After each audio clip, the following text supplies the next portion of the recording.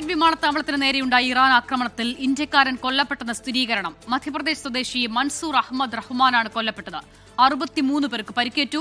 ബഹ്റൈനിലും Iran ആക്രമണം നടത്തി. കുവൈറ്റിലേക്കും ബഹ്റൈനിലേക്കുമുള്ള വിമാന സർവീസുകൾ ഭാഗികമായി റദ്ദാക്കിയിട്ടുണ്ട്.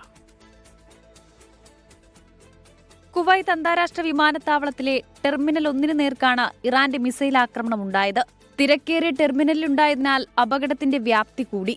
55-കാരനായ മധ്യപ്രദേശ് സ്വദേശി മൻസൂർ അഹമ്മദ് റഹ്മാനാണ് കൊല്ലപ്പെട്ടത്. എയർപോർട്ടിലെ ഒരു കരാർ സ്ഥാപനത്തിലെ ജീവനക്കാരനാണ് മൻസൂർ അഹമ്മദ് റഹ്മാൻ.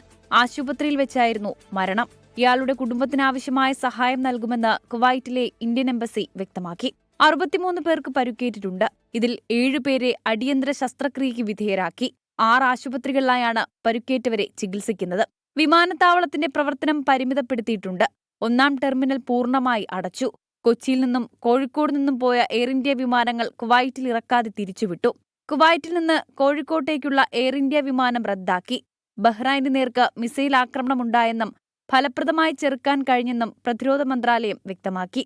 കൊച്ചിയിൽ നിന്ന് ബഹ്റൈനിലേക്കുള്ള 2 വിമാനങ്ങൾ റദ്ദാക്കിയിട്ടുണ്ട്.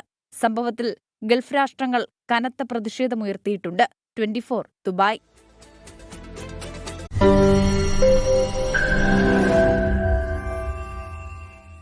ലോകത്തെവിടെയായാലും ഏത് സമയത്തും 24 വാർത്തകളും ഓഗ്മെന്റഡ് റിയാലിറ്റി പാക്കേജുകളും എക്സ്പ്ലെയിനറുകളും വിശദമായി കാണാൻ ഞങ്ങളുടെ യൂട്യൂബ് ചാനൽ നിങ്ങൾക്ക് സബ്സ്ക്രൈബ് ചെയ്യാം.